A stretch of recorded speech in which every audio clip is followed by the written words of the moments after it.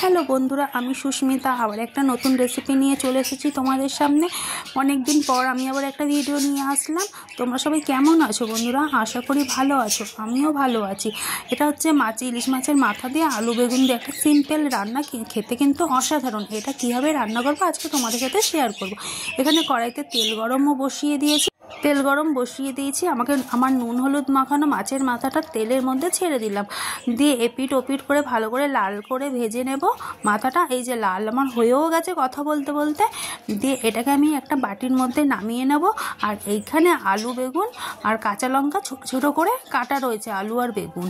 এটা আমি তেলের মধ্যে দেবো। এখানে রাঁধুনি আর ফোড়ন দেবো। দেওয়ার পরে একটু খুন্তি দিয়ে নেড়ে নেব এটাকে।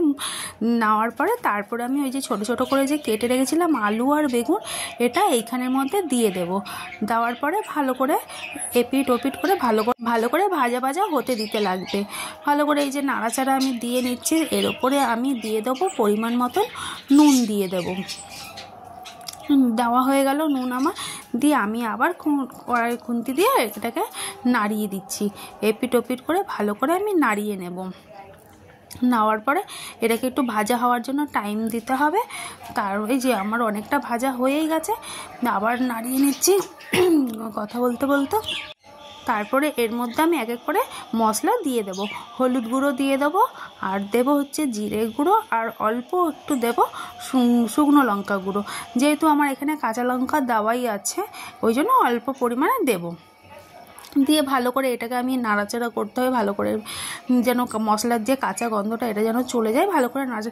বন্ধুরা, তোমরা সবাই ভিডিও দেখছো, কমেন্ট করছো না, লাইক করছো না, তারপরে হচ্ছে তোমরা সাবস্ক্রাইব করে আবার আনসাবস্ক্রাইব করে দিচ্ছ কেন বন্ধুরা?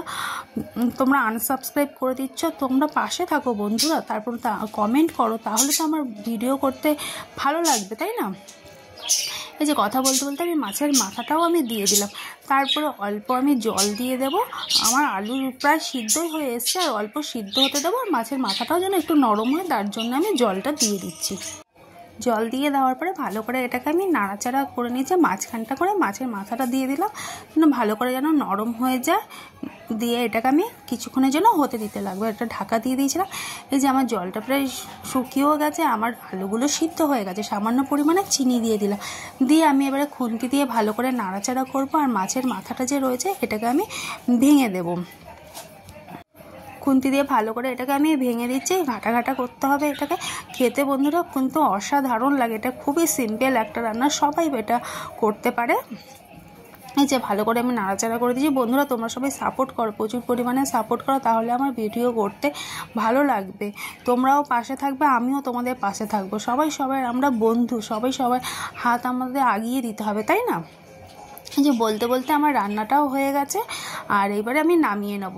এই যে বাটিতে নামিয়ে নিয়েছি। দেখতে দেখুন অসাধারণ হয়েছে, আর খেতেও এটা প্রচুর ভালো লাগে। আপনারা করে একবার খেয়ে দেখবেন। আজকের ভিডিওটা তবে এইখানেই আজকে শেষ করলাম।